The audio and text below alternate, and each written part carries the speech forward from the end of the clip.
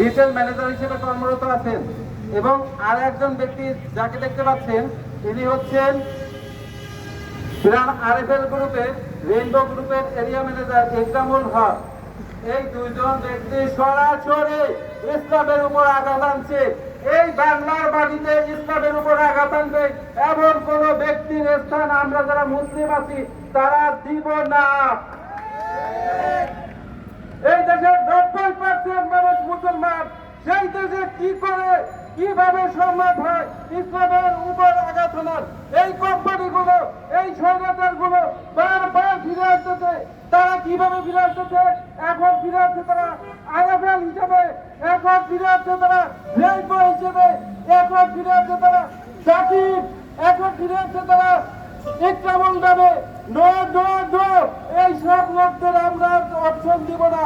এই বাংলার মাটিতে এই সব স্বৈরাচার, এই সব ইসলাম বিদ্বেষীদের আমরা সেকেন্ড টাইম অবস্থান করতে দিব না।